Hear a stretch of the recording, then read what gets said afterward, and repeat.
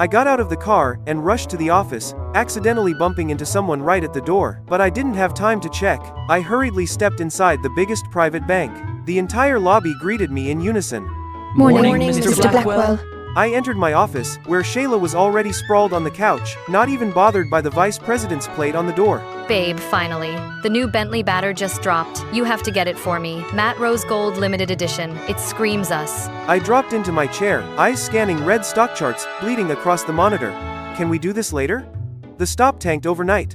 Ugh, you're always busy. Just say no if you don't care. Before I could respond, she was gone, slamming the door louder than needed. Hours later, when the numbers finally settled, I leaned back, breathing a sigh of relief. Yet the silence in the room felt staged, like it was waiting for applause that never came. I'm Jeffrey Blackwell, the only son of Richard Blackwell, chairman of the biggest private bank on the West Coast. Everyone says I was born for this. I speak little, act fast, and never make a mistake. But in moments like these, I wonder, was I really meant for this? Or am I just a version of my father? Would anyone see me without the money and the title? I brought out my concerns to my father in his study room. He didn't look out, just kept reading, calm as ever. You know, I didn't build this bag from behind a mahogany desk. I was a clerk once. Walked 10 blocks each morning in shoes that didn't fit. Take your time, son. Find your own reasons to return, not just mine. That was all I needed to hear. I traded glass walls for a tiny room on a quiet street. A fresh start. I heard the hotel down the block was hiring a front desk assistant, so I went for it. The manager's name was Nico. He was around my age, but wore his authority like a tired joke. Ever clean vomit off of the hallway carpet at 3 a.m., Mr. Blackwell? No. But I'm a fast learner. Sure. Try the garage next door. Real world stuff. Actually, not the worst idea. So I walked straight to the garage, asking for work. And just like that, I was scrubbing oil, hauling tires, and learning how exhaust smells after hours of work. I didn't mind. It was honest work. Between shifts, I'd stop by the hotel for refreshment. That's when I noticed this cleaning girl. She looked awfully familiar, but every time I almost placed her, she disappeared into the service door. A week had passed, and fixing high-end cars was easy once you've owned half of them. I'd fixed a McLaren sensor, recalibrated a Bentley suspension, and replaced a Porsche's gearbox all before lunch. Word spread and more luxury car owners started rolling in. The place was buzzing. Even Manny, the garage owner, started watching me differently. It felt good to be recognized for the work, not the name. Just then, a matte rose gold Bentley Batour slid into the curb like it owned the street. What? Sheila. My girlfriend? She took his hand like it had always belonged to her, like I never existed. Babe, I cannot stand these filthy places. Take me to a Michelin 3-star now. I need my reward immediately. And then they vanished down the block, leaving me behind with a heart crushed by that very car. I quietly walked out the back alley. My hand was already gripping my phone. I let out a breath, then delete her out of my life.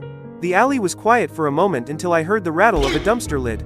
It was the cleaning girl, but so was that Nico guy. He was standing too close to her. You know, I might have something more comfortable than this. Comfortable, huh? Mind saving me a slot? Could use extra shifts. Nico stiffened, straightened up, and disappeared. Emily glanced over, her expression guarded but still thanked me. I'm Emily, by the way. I work the night shift at the convenience store down the street. They're short-staffed this week. Just thought I'd mention it. Oh yeah, that sounds fair. She walked back into the hotel with a smile, and suddenly the alley didn't feel so cold. Emily looked genuinely surprised when I showed up for the night shift. I showed up because, well, free bread's hard to resist. After a long, tiring shift, we sat together eating bread at the convenience store. This is nice. I never really have anyone to share things with. It's always just me. That's tough. Yeah, it's like I've been invisible my whole life. The system's just built that way, I guess, to ignore people with no money like us. Hey, if this is about Nico... It's not just him. All rich people are the same. One time I got shoved on the street by some guy rushing out of a fancy car. I fell and he didn't even stop. Wait, was that the morning I rushed to the bank? The person I bumped into was Emily. Ah, I'm sorry. Some people just don't see what matters until much. At least you're not one of them. The next afternoon, while I was in between shifts, I spotted Nico slipping an envelope into his bag from a shady-looking guy. His eyes darted around. Something didn't sit right. Back at the convenience store, I brought it up with Emily. Her expression tightened. He's been taking guests without logging them for a while now. Pocketing the money, I'm sure of it. Ah, that jerk. I wasn't letting him get away with it. The next afternoon, I waited near the back entrance. Sure enough, Nico was at it again. You planning to report that to the books or pocket the difference again? Stay out of it, garage boy, or your little girlfriend will have it. He shoved past me, disappearing into the shadows. My blood boiled. That was it. I had to act fast before he dragged Emily into this message. I made a few calls using my title as vice president of the bank, and by the next morning, I was sitting across from the chairman of the hotel group. I simply showed the footage and laid out the truth. Nico was fired on the spot. As I left the lobby, I collided with Emily, who was struggling with a pile of towels. I caught them just before they tumbled, instinctively hiding my face behind the pile. Thank you, kind sir. You can give them back to me now. Panicked, I tossed the blankets back at her, and made my exit in a flash. Luckily, I slipped into the garage just in time to catch my breath. Suddenly, a hand crept up from behind. Yah! Manny? Ha ha ha, relax man. What's with the suit? Busted. I had no choice but to tell him everything. Manny wasn't surprised. He just grinned like he already knew all along. Well Jeff, here's the thing. No matter where you started or where you're from, you get things done. Whether it's fixing up roles or blending in as a regular guy, you're good at it. Keep it up and you'll go far. I paused, grateful for the unexpected compliment. Later, just as I stepped in the convenience store, I froze. The place was a wreck. Emily stood in the middle, holding a crumpled piece of paper in her hand. Jeff, it was Nico. He wanted to teach you a lesson. It hit me like a punch to the gut. My hands clenched into fists. I won't let him get away with this, I swear. The next day, I returned to the city with a new purpose. I called in a few favors, and soon enough I had people searching high and low for Nico. By late afternoon, I had a location, a rundown building on the outskirts of town. I walked in. Nico stood at the far end, still wearing that smug grin. Well, if it isn't the garage boy. Did you come here to beg for mercy? His words faltered when he saw who was with me. My men, people who knew everything about him. You've made a lot of mistakes, Nico. Especially with him. The heir to the biggest bank on the West Coast. Nico's face drained of color. He knew it was too. Listen closely, Nico. You will never set foot in this city, never work in another hotel, never hold any position of power again, and if you even think about coming back, you'll regret it. Nico fell to his knees, trembling, as I turned and walked away. The price had been paid. Justice had been served. It was time to face my true identity. I went to the garage to resign. Manny seemed genuinely disappointed, but wished me well. You've got a bright future ahead, Jeff, no matter where you go. As I was about to leave, Emily appeared. She hesitated when she saw how I was dressed. I took a deep breath and explained everything. I never wanted you to think of me as just another rich guy, Emily. But the truth is, I was the one who bumped into you that day. I was so caught up in my own world that I didn't even notice you. I'm sorry for that, but despite everything, my background, my title, I want you to know that I see you, and I care about you. Jeff, I won't lie. I'm drawn to you too. Not because of the money, but because you've treated me like a real person, not just a charity case. That's what matters to me. With those words, everything was clear. We understood each other. In a world that tried to keep us apart, I was finally back where I belonged. My father had stepped down and the board made it official. I was now the chairman of Blackwell Bank, pushing myself harder than ever, carrying Manny's words with me. And the best part? After each exhausting day, I got to head to the same old convenience store and pick up Emily.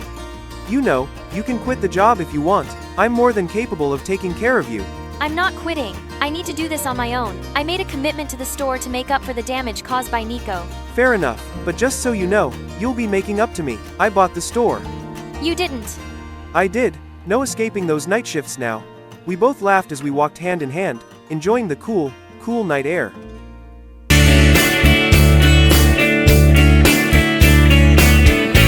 Hi, my name is Mira and I'm from Delhi, India. I lived with my parents and my twin sister Nani, and even though they loved me to bits, I was pretty sure I was adopted. I was born with a condition that turned my skin white and my hair blonde. I looked totally different from my twin, and basically everyone in my city. I was so sure that I was adopted that mom and dad had to do a test to prove me wrong. My sister didn't make it any easier. Nani nicknamed me Ghost Girl, and that spread like wildfire. She would act like she got scared whenever she saw me. Oh no, it's the ghost! Someone saved me! One night I sneaked into Nani's room and waited for her under her bed. When she lied down, I pulled her by her ankles and she screamed. There, now I scared you for real! I could terrify Nani into behaving, but other people, not so much. As we grew up, people looked at Nani like she was a goddess, and when they saw me, they asked, You look tired. Did you not sleep? Are you sick? When I was in the 8th grade, I fell madly in love with a boy in my class. When I worked up the courage to ask him out, he looked deep into my eyes and said, Your eyelashes are see-through. It's like they're not even there. So creepy. That stung! I slapped him and ran away in tears. I was heartbroken, and when people called me stupid nicknames now, it hit worse than ever. Nani tried to cheer me up, but a walking vision of beauty would never understand how I felt. I wanted to be anyone but me, and I got my chance to do that in just a few weeks. Our teacher in school introduced us to a pen pal program. Each of us had to write to a kid our age from a whole other country. When I got my first email from a boy named Archer, I was excited. He knew nothing about me, and I could be anyone I wanted. I told him I played the piano and the violin, and that I was tall, tan, with long, shiny black hair. When we exchanged photos, I just sent him a picture of Nani. When he sent me his picture back, I literally screamed he was gorgeous. Nani spotted the picture from behind me and jumped on it. He's cute. Who is he? Tell me right now or I'm showing Mom. I told her what I did, and I thought she would get mad at me for using her picture like that. But she just said, So, we can tell him anything. I guess. Let's tell him our parents are spies. We spent hours making up crazy stories to tell Archer. Most of them were too ridiculous to use, but it was so fun coming up with them. Even though I wasn't totally honest with him, I genuinely enjoyed Archer. We tried to beat each other in online games all day long, and we talked for hours into the night. I thought I'd never have to pay for the lies, I told him, until one day when my dad gave me some horrifying news. I got a job in Portland, Oregon. We're moving to America. That was the city where Archer lived. There was no way I was telling him about this, and I kept acting like I was in Delhi long after I'd already moved to the States. I really thought I could hide until the first day of my new high school. I walked into class and my eyes landed on Archer. No, this was my nightmare. The teachers asked us to introduce ourselves, and without thinking, I decided to switch names with my sister. I'm Nani, and this is my sister Mira. What? I rushed Nani out of class later and told her what happened. This is crazy. We can't switch names for the whole school just for one guy. Please. He's the only friend I've ever had. I don't want him to find out like this. That was when Archer stepped out of class, looking really mad. He looked at Nani thinking it was me. Mira, is that you? Oh my god. What are you doing here? I thought you were in Delhi. I didn't tell you I was moving here. No! You sent me a picture of you in Delhi yesterday. Nani was out of words. If you didn't want to meet me, you should have just said so. He walked away and I cringed. I'd messed up big time. Archer stopped responding to my emails, and he didn't accept any of my gaming requests. I deserved the cold shoulder, but it made me so sad. I tried to make some new friends in school, and to my shock, it was actually easy. Things were different here from back home. I no longer got bullied for being blonde because there were blondes everywhere. People were actually nice to me, but the problem was they were cold to Nani. She was the one who looked much different now, and people here didn't treat her like a goddess. Nani acted like it didn't bother her, but I knew she was lying. One day we were in school when a boy asked Nani out. When she said no, he started messing with her. He threw her books on the ground and said, Who do you think you are? Whatever, you're ugly anyways. Tears of shock filled Nani's eyes. I flew to hit him, but a hand showed up out of nowhere and punched his lights out. It was Archer. He picked up Nani's books and handed them to her. Are you okay, Mira? Yes. Then he just walked off without another word. Wow, he's amazing. I know, too bad he'll never talk to me again. Wait, I have an idea. Nani ran up to Archer and apologized to him as me. I was nervous about whether you'd like me, so I just lied. Can you please forgive me? I'll buy you dinner to make up for it. She was going out with him now. I asked Nani what her plan was, and she said, I'll gently break the truth to him. Then you guys can be friends and we can stop lying. I agreed to her plan, but after their first date, Nani came back without telling him. I asked her what happened, and she looked really weird. He didn't give me a chance to say it. He talks nonstop. I'll tell him next time. Next time? They went out on a date again. I trusted Nani, so I waited for her.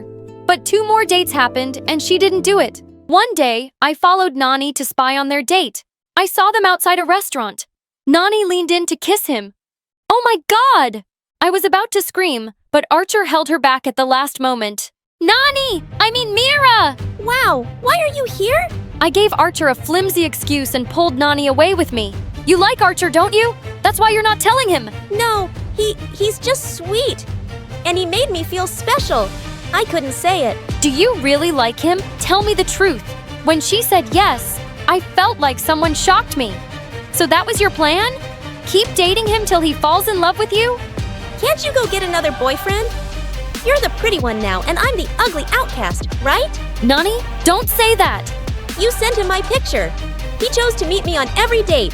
Not you, ghost girl. I couldn't help it. I slapped her. I didn't care about Archer. I just couldn't believe she said that to me. That was the biggest fight Nani and I had ever had. We stopped talking for days. I was so upset that I even stopped emailing Archer. They could be together for all I cared. One day, Nani and I came home from school, and we saw Archer walking out of our house. What? Nani ran up to him. Hi, are you here to see me? No, I'm here to see Mira. Nani froze, and Archer looked right at me. For the first time, I knew he was seeing me. I had a feeling something was wrong from the first day, but I had to be sure. Your parents told me your real names. Want to tell me the truth now? There was no backing out of this. Fine, it's me. I'm Mira. I got bullied for how I looked back home, so I sent you Nani's photo. Why didn't you say it when you got here? You lied to the whole school. I didn't want you to find out that way. You let me go out with your sister. When were you going to tell me? That's when Nani jumped in between us. I stopped Mira. She wanted to tell you, but I made her wait. Why? Because I like you. No matter how hard I tried, I couldn't stop liking you. I just wanted some time. For what? To play with my feelings like I'm your toy? You're both liars, and I never want to see you again. With that, he stormed off and Nani burst into tears. She locked herself in her room and refused to come out. The next day, she told everyone in school our real names. Just like that. Stop it, we'll get in trouble. I don't care. I'm done lying for you. I want my name back. The word spread like wildfire. And when our teachers heard about the mess, they took us straight to the principal's office. She was furious. She made our parents drive over from work. Your daughters switched identities. They've been taking each other's exams. Their scores are all mixed up. We don't tolerate scams in our school. You're both expelled immediately. My heart dropped. Expelled! This couldn't be happening. We got the screaming of a lifetime on our way back home. I was in so much shock that I couldn't even cry. Had I just ruined our lives over a stupid lie? The first few days out of school were just frantic. Our whole family sat together and filled out school applications one after the other. If Nani and I even looked at each other, our parents would explode. A week later, they dropped a bomb on us. They were sending us to separate schools. They didn't want any more accidents. The truth was, I didn't want to go to school without Nani. What would I even do by myself? But I had too much pride to protest, and she didn't say anything either. When our parents showed us how far our school buildings were, it suddenly hit me. No, we can't go to separate schools. What? Nani and I can't be this far away. It's just wrong. Really? But after everything I did, don't you hate me? No, we're twins, aren't we? We're a package deal. We begged our parents to give us one last chance to be together.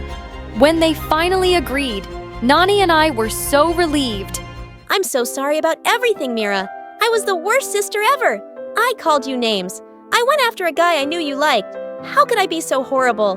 When I was getting bullied every day, Archer was so kind to me. He did the same for you, and you love that. But I love you more. I can't believe I forgot that. Can you ever forgive me? Of course I can. You'll always be my other half. We hugged each other in tears, and the heavy weight finally left my chest. We promised to always be on each other's side. Nani even asked me to make up with Archer. I was working up the courage to text him, but before I could do that, he showed up at our house. Nani pushed me to talk to him alone. He was so worried about our expulsion. He wasn't even mad at me. He just wanted to know if we were okay. We're gonna get into a new school. It'll be fine. I'm so sorry for everything, Archer. You should be. You made me wait forever. I thought you wouldn't like the real me. I didn't like you because of your pictures. I liked you because you were sweet and funny, and you got really mean when you beat me at games. My face was totally red now. Is there any way I can make it up to you? There is one way. Go out with me for real this time. My jaw hit the floor. Are you serious? I think the girl I fell in love with is still here. I want to get to know her. What do you say? I was so happy that I jumped into his arms to hug him. He took me by surprise and gave me a kiss. I'll take that as a yes. Hi, I'm Kara from Los Angeles. Please like and subscribe. I lived with my single mom who worked as a stylist to A-list celebrities. Her work fascinated me, and I always dreamt of walking in her footsteps. So, when I turned 17, I started assisting her on her movie sets. That's where I met Jake for the first time. He worked as a set builder, and though we never spoke, I always thought he was kind of cute. One day I was a bit early on the set when I saw him struggling with the set backdrop. Oh, there you go. Thanks, I was sure I was going to fall today. I'm Jake, by the way. I'm Kara. We got talking, and it turns out he was really sweet. We started hanging out a lot at the set and started dating. Soon it was time for college, and as luck would have it, Jake and I got into a college in the same city and decided to move in together. Mom didn't take the news too well, but I was adamant, so she gave in. Things were fine for a while, but soon our relationship started crumbling. It started with small things like Jake not paying the rent or staying out till late. He wanted me to ask Mom to invest in his business idea. I'm sure she'll have no problem pitching in to secure daughter's future. Don't you want me to progress in life? Of course I do. Nothing would make me happier. I still wasn't sure if Mom would agree, but I had to give it a shot for Jake. So a week later, I called her up and she told me that she was in the hospital. She was feeling much better, but I had to go see her. So I rushed back home only to find Jake and my car gone. I tried calling him, but he didn't answer. And just as I was giving up hope, he came home looking like a wreck and my car was missing. What happened? Where's my car? The car is gone. I got into a bad accident, babe. Gone? What do you mean gone? My mom's not well, and I had to go see her. What am I supposed to do now? I'm telling you, I got into an accident, but all you care about is your car and your mom. You're unbelievable. I didn't, but Jake slammed the door in my face. I felt so bad about the whole thing, so I decided to make up for it by selling my mom's vintage Rolex watch to get money for Jake's business. It broke my heart to part with it, but I had to do it for Jake. Mom was discharged soon after, but she was still mad at me for not showing up. I thought after Jake got the money, he'd be happy. But instead, he got more distant. He was always on his phone or traveling, and if I asked him, he simply shrugged and said it was for business. But then, one day, when he was gone, I checked his bank statements and saw a transfer of $500,000 in his account. What are you doing? What the heck is this, Jake? Where did you get the money? I wanted to tell you sooner, but I got so caught up. I won the lottery. Isn't that amazing? A lottery? When? How? You gave me the money, I bought the tickets, I won the money, blah, blah, blah. Long story short, I'm rich now. My heart dropped to my butt. I sold my watch to get money for a lottery tickets. How could you be so insensitive? You should have asked me. Oh, and why should I do that? Did I ask you to sell your junk? No, right? And will you? Please stop overreacting. I won, didn't I? What? You're more stupid than I thought if you think money is everything in life. I don't care. And listen, I'm tired of dating your broke butt anyway. I thought maybe your mom would help me pay my bills and I could finally live a good life. But we all know how that went. So I'm off, and here's a little cash to keep you afloat. And don't call me. Jake packed up his stuff and moved out, leaving me in total shock. I couldn't believe I could fall for someone like him. I wanted to call Mom and tell her everything, but that would only stress her out more, so I decided against it. The next few weeks were a blur. I was still trying to wrap my head around the way Jake had treated me, and I felt like a total idiot. And one day while walking back from college, I was so lost I didn't realize I'd stepped right into heavy traffic. Before I could process it, I felt an arm pull me back onto the sidewalk. Hey, watch where you're going. Are you trying to get yourself killed? I looked up and saw the most gorgeous guy was towering above me like an angel. Oh my God, I'm so sorry. Thank you. Must have been thinking real hard for you to be so distracted. Yeah, something like that. Please let me repay you. Maybe some other time. I have a feeling I'll see you again. I'm just glad you're okay. The stranger left and I went on my way, but I couldn't stop thinking about how he looked oddly familiar. The next day, I decided to break myself out of my slump and focus on my studies. When I arrived at class, I found out that we were assigned partners for a project, and my partner was the same guy who'd saved me. Well, this must be fate. Who would have thought we'd meet up again so soon? Wow, I had no idea we were in the same class. Well, now you do. I'm Noah. Noah and I hit it off immediately. He was funny, charismatic, and he always made me feel at ease. We were great together, and one day, when he asked me out for a coffee date, I agreed. But just as I reached the cafe, I heard him talking on the phone with someone. You don't have to worry, I'll arrange the money for Mom's operation. I'm working on it as we speak. As soon as he saw me, he stopped and smiled. Hey, you're early. What happened? Why are you looking at me like that? Yeah, I'm sorry. No problem, let's go, shall we? Noah kept saying something, but my mind was spinning in all directions. Could it be that he was lying to me for money too? But why would he do that? So I heard your mom's a stylist in LA? Huh? How do you know that? Everyone in college does. She's famous. You must be well off. It was almost as if an alarm went off in my mind as I got up. Noah, this was great.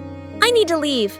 But your coffee? Some other time, maybe. I turned around and ran as fast as I could, far away from Noah. My relationship with Jake had been a disaster, and I had no plans of repeating the same mistake. After that day, I avoided Noah at all costs, even though he tried talking to me 1,000,000 times.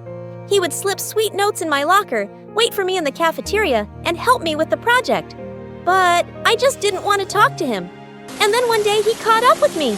Okay, I swear I'm not a stalker, but it's really annoying me how you left the other day. I need an explanation. You owe me one. I don't owe you anything. Okay, relax. I've clearly touched the wrong nerve, but I can't sleep in peace till you tell me what's wrong. Why do you even care? Because I like you. There, I said it. I've liked you since I saw you in class the first day, but you were always so quiet doing your own thing. Never got the chance to talk to you. I stared at Noah, and his kind eyes told me he was telling the truth. Suddenly, I broke down in tears and told him everything about Jake. That's horrible. I understand where you're coming from, but you can't judge everyone on the same level. I need money, but I would never make a fool out of anyone. Least of all you. I know, but it's difficult for me to move on. I don't know if I can ever fall in love again. Noah looked disappointed, but I just wasn't in a place where I could trust anyone again. We decided to stay friends, but the more time I spent around him, the more I fell for him. Maybe he was different, and I was thinking too much. One day, Noah told me about a massive party in a mansion outside the city. The entire class was invited, and we were all excited. I even bought myself a cute outfit. But when Noah came to pick me up, I was blown. You clean up nice. I still look like a shabby rat compared to you. The party was a blast, and Noah and I were having a great time. Then he left to get us some drinks, and seconds later, someone tapped on my shoulders. I froze when I saw Jake grinning at me. Fancy seeing you here. What are you doing here? Do you own this place? No? Thought so. I don't have time for this. Leave me alone. Just then, Noah approached me with our drinks. Sorry, the line was insane. Everything okay? Yeah, I need to leave. I'll see you in class tomorrow. Don't crush his heart like that, Kara. Trust me, dude, she does that a lot, my little heartbreaker. Something snapped in me, and I slapped Jake square in the face. Don't touch me. You are a horrible person, Jake. Stay away from me. I mean it. For days after that, I couldn't find the strength to go to my classes. Noah called me, but I told him I wasn't feeling well and asked him to give me some space. Thankfully, he respected that. A week later, I finally managed to get off my butt and get ready for class. When the doorbell rang, I was shocked to find Mom standing outside. Mom! I got a call from your college saying that you're not showing up. What's wrong, baby? I hugged Mom tight and started sobbing like a crazy person. As she sat me down, I told her everything about Jake and Noah. Jake broke my heart, and now I don't think I can trust anyone again. I'm so sorry, Mom. Oh, sweetie, don't be sorry. Jake never deserved you, but that doesn't mean you should stop believing in love. Listen to your heart and follow it. Mom stayed the night and talked me out of my slump. I was finally feeling better and decided to go to class. But just as I stepped in, someone blocked my way. Jake, are you stalking me? If that's what it takes for you to hear me out, then yes. I'm sorry I was a jerk and what I did with you was wrong. Just please hear me out, okay? For old time's sake. Jake told me he ended up gambling all his money and was left with nothing. He'd even failed his classes and was on the verge of getting kicked out. I know you told me to be more careful, and I was a fool not to listen to you, but Kara, I need money. I'm struggling. Haha, sounds like a you problem to me. And how dare you walk up to my face asking for money after betraying me like that? Think about it, Kara. You know I'm a smart kid. You really don't want to mess with me. Do what you feel like. But before I could move, he grabbed my arm. Hey, what's wrong with you? Let me go! Next thing I know, I saw Noah burst onto the scene where he grabbed onto Noah's arm and shoved him away. She said to let her go. You again? This is between me and her. I got this. Noah, listen to me very carefully, Jake. If you don't leave now, I will have your butt kicked off campus and put a case of stalking on you. And you know my mom, right? She knows people. People who can put you in jail for a long, long time. You get where this is going? But we're supposed to be together. We have history. Exactly, your history. And you know how history bores me. Now leave before I make your life miserable. And with that, his face turned red and he immediately stormed off. Well, that was intense. Sorry you had to get involved in my mess again. What can I say? I'm a mess-up cleaner. No, Noah. I should have been more careful of your feelings. I let my past define my present, and I shouldn't have done that. I know. I don't care about your past, but I do want to see myself in your future. You think you can maybe give me a chance? I swear I won't spend money on lottery tickets. Haha, very funny.